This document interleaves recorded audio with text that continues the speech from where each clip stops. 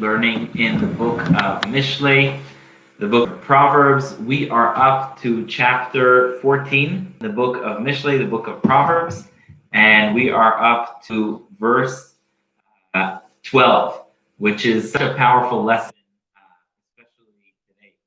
Verse 12, King Solomon says, chapter 14, verse 12, Yesh derech yashar lifnei ish. Sometimes there's a path that seems very appropriate to the person following it. And yet, that very same path leads to death. That very same path leads to destruction.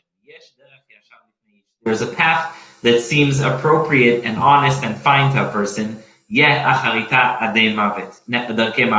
and yet it leads to so much death and destruction. So often you see people engaging in criminal behavior or behavior that's self-destructive, and when you speak to them, they really have a rationale for it, they really have an explanation for it, and they think that it's taking them in the right direction. So it's a powerful lesson in terms of examining the path we're on. Often we'll make quick decisions, and King Solomon is urging us, don't think that just because you think something's the right thing to do on first glance, don't think that that's what you should be doing. So he says, be careful, because even a path that seems straight to you is going to can lead to destruction. Verse 13, even in times of joy, there can be pain. Not everything that seems fun is good. Not everything that seems enjoyable is gonna lead to a better life. Some things, even though they bring joy and happiness, are things that ultimately result in pain and sadness. A person who takes sort of treacherous paths is eventually going to get that right back at him. Time and again, King Solomon warns us that you reap what you sow, both when it comes to action and when it comes to speech. Anything you do comes back to you. Ume'alav ish tov, and even a good person may end up reaping the benefit of the actions of a bad person. Sometimes someone's going to do something bad. It's going to lead to his destruction, and in the best case scenario, it's also going to lead to something that will benefit a good person. Verse 15 is so famous that it became a saying in Israel. If you ask the average Israeli, they'll know this saying, but they don't know where it's from. It says, Peti amin lechol davar. The person who is unthoughtful will just believe everything. But the sophisticated will understand properly where things come from. That's today more true than ever, where you have such amounts of disinformation and people not sure what information to believe. This is so true. The 2016 word of the year of the Oxford Dictionary was post-truth, because everyone has their own version. So King Solomon says, Peti amin b'chol davar. Someone who's not sophisticated, who's not discerning, will just accept anything. But the sophisticated will understand what actually something is. The next verse is in praise of caution. King Solomon speaks in the praise of caution. The wise person is cautious, and therefore he stays off the negative path. But the foolish one is very confident, and he just is confident and does things even if they lead him to mistakes. Verse 17. If someone is short-tempered, they will do something that is foolish. People that are short-tempered will do foolish things. But don't be too sophisticated, because sometimes people get too sophisticated. It becomes sophisticated in a sinister way. They're sort of sophisticated to the extent that it's already not innocent. So a person who is short-tempered is going to do foolish things. However, no one likes the person that overthinks, the person that is overthinking to the extent that it becomes sinister and negative. Verse 18, chapter 14, verse 18. The reward and the share, the inheritance of the foolish is, of the short-sighted is foolishness. They end up with nothing. But the wise ones, the forward-thinking ones, they end up with a reward and a Now, we always are bothered by the question. The ultimate question any religious person encounters is, why is it that the wicked prosper and the righteous suffer? Why is it that you have some people who really have terrific lives despite their wickedness, and others that have really difficult lives despite the fact that they are very righteous and devout? So King Solomon addresses that, and he says, Shahu ra'im lifnei tovim. In the days to come, in the future, the wicked are going to be humbled before the righteous. So, yes, it's true. A lot of times you look at someone who's doing negative things, and nonetheless they are having a good life. And you'll see someone who is doing really good things, and they don't have a great life. But in the future, once the you come to the world of the souls and the world to come, then the good will dominate. And the wicked will be sort of, it's like a metaphor, will be knocking on the doors of the righteous. Now we come to a verse that is so sad and so true. It's not necessarily supposed to be this way. It's not a good thing, but it's just true. Even the best friends of a pauper sometimes hate him. And those who love the rich are many. The idea is that even when someone is very rich, they have a lot of friends, they're very popular, and people seek out their advice, their friendship. But when someone is very poor, often they find themselves that even their best friends sort of abandon them or don't want to be their friends anymore. So that's a very powerful lesson, and it's a sad reality of life. Obviously, ideally, we should all be able to rise above that and be friends with people regardless of what they have or don't, and we should make sure to be there for everyone. But the sad reality is, even his best friend will dislike him. Now, the commentaries always try and interpret the book of Proverbs as a alluding to a deeper level. So that also speaks to a deeper level. The poor person here is talking about someone who is poor of wisdom. They have no knowledge, they have not studied the Torah, and therefore no one really wants to hang out with them. But when someone studies, when someone is knowledgeable, when someone is wise, then with that person. Now, you may think, does God like it or does God not like it? What is the right outlook on the way people treat one another? So the verse continues, and it says, verse 21, someone who despises and looks down at their friend is sinful, and the person who is gracious and kind and nice, even to the humble, that is a good person. That is a happy person. That is a righteous person. If you are nice to people who are way below you, then that is something that is rewarded. It's so interesting because sometimes you'll see people who are willing to be good friends and respectful of, those who are very powerful and very rich. And they'll speak to the guy who's homeless on the street. They'll be willing to show compassion.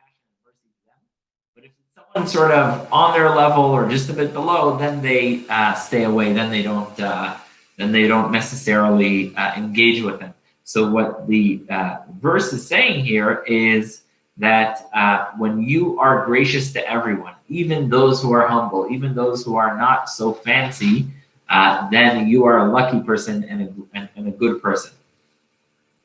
Verse 22. The people who are thinking of bad schemes, the people who are thinking of negative schemes, they are mistaken. And truth and goodness is with those who plot for good. everyone should be thinking in a sophisticated way. Everyone should be thinking in a smart way. But you can use your sophistication, you can use your smartness for good and for bad. So which one should you do it? So those who use their sophistication for good are the ones who are going to find grace and truth. And those who use their thinking for bad are obviously going to find the opposite. And verse 23 is also a very, very, very famous and very well-known pasuk, so much to learn from. B'chol etzev yihiyeh motar. In every hard work, you will find plentifulness. Now, the word etzev also means sad, but it's saying that everything that comes through toil, everything that comes through hard work, there's going to be gain from it. It's sort of the opposite of no pain, no gain. We say no pain, no gain, which means that if there is pain, there is gain. Not just unnecessary pain, but if you are putting in an effort, if you are working hard, that is going to lead to gain. Everything that involves hard work will eventually lead to an excess, will lead to reward.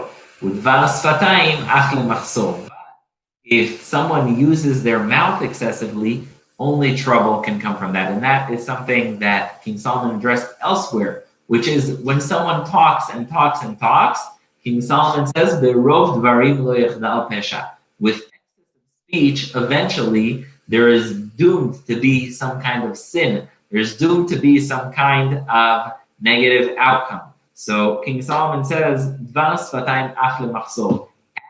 Words can only cause loss. And now we continue with verse 24. King Solomon said that the rich people always have people who want to be their friends. He says here in verse 24, chapter 14, verse 24, the crown of the wise is their wealth.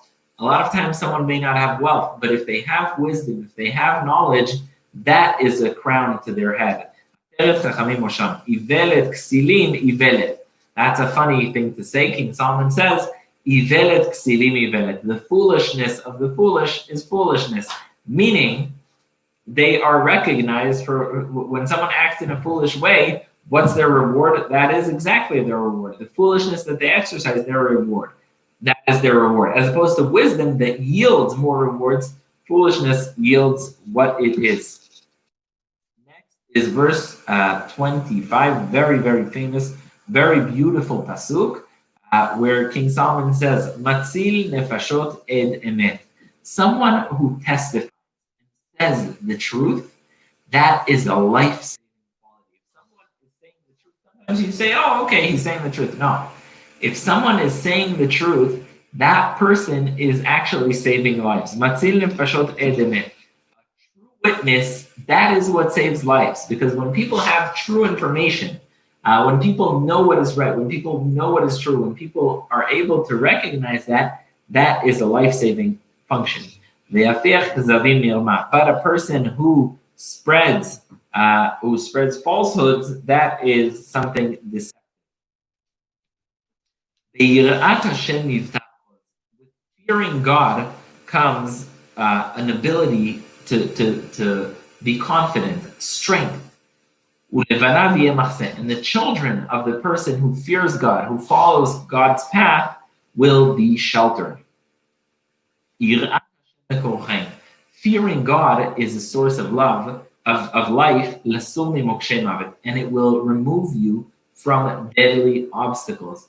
This is the theme of the book of Mishlei. Before you even have wisdom, as important as wisdom is, King Solomon emphasizes that the foundation to wisdom is the fear of God. Reshit chokhmah yirat Hashem. Before the wisdom comes fear of God. And that's what he's saying here. Before anything, before you do any kind of thinking, before you really go in any direction, yirat Hashem mekor chaim. The source of life is fearing God. If you fear God, that is the source of life.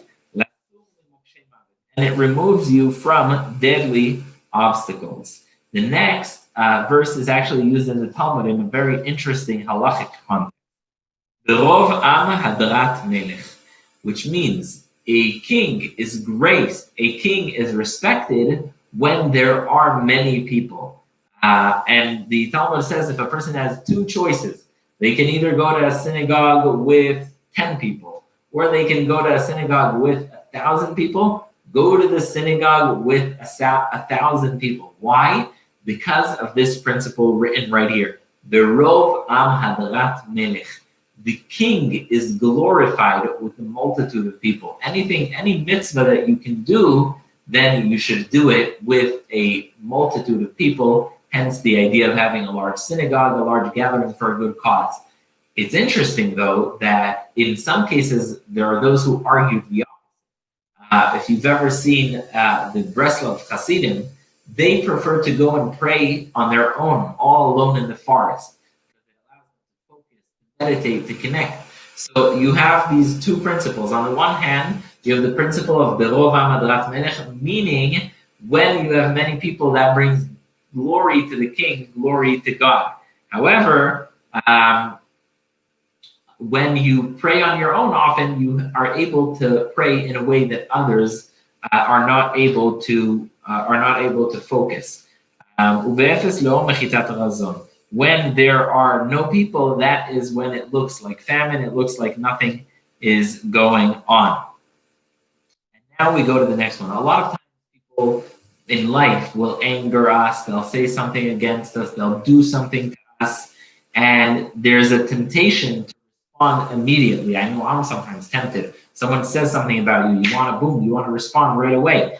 But King Solomon says, if you're able to extend your response, if you're able to be with a very delayed reaction, if you're able to think things through, that shows wisdom.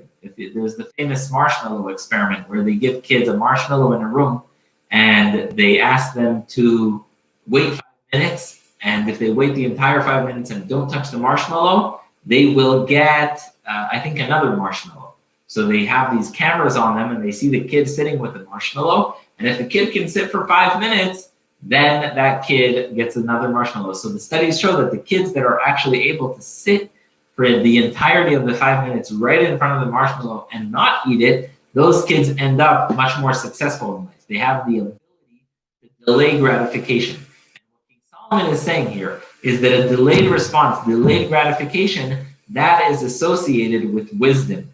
That is associated with intelligence. Someone who is kind, who delays their response, that is someone that is wise. But someone who is short-tempered, they are doing something foolish. Next is verse 30, chapter 14, verse 30. This is such a beautiful verse. When we live our lives, we often have pain. We often feel injured. And so King Solomon says that if you have the ability to be kind, to be gracious, that is not just an ability that spares you trouble, but it's something that has the power of healing. It has the ability to give healing to yourself and to others. But if someone is jealous, if someone is they immediately rush to things, to jealousy, to judgment, then that is something that will cause their bones to rot and they'll lose the essence of who they are. We are here every day, Sunday through Thursday, 12 o'clock to 12:20. Thank you so much for joining us. If you have comments, feedback, they're all very welcome. Please leave a comment and I'll make sure to address it. Again, we learn Mishlei here at 12:20 Eastern Time, 12 to 12:20 Eastern Time, and any feedback, requests, etc., welcome. Thank you so much for joining us and wishing you a very, very happy Martin Luther King Day and happy rest of the day.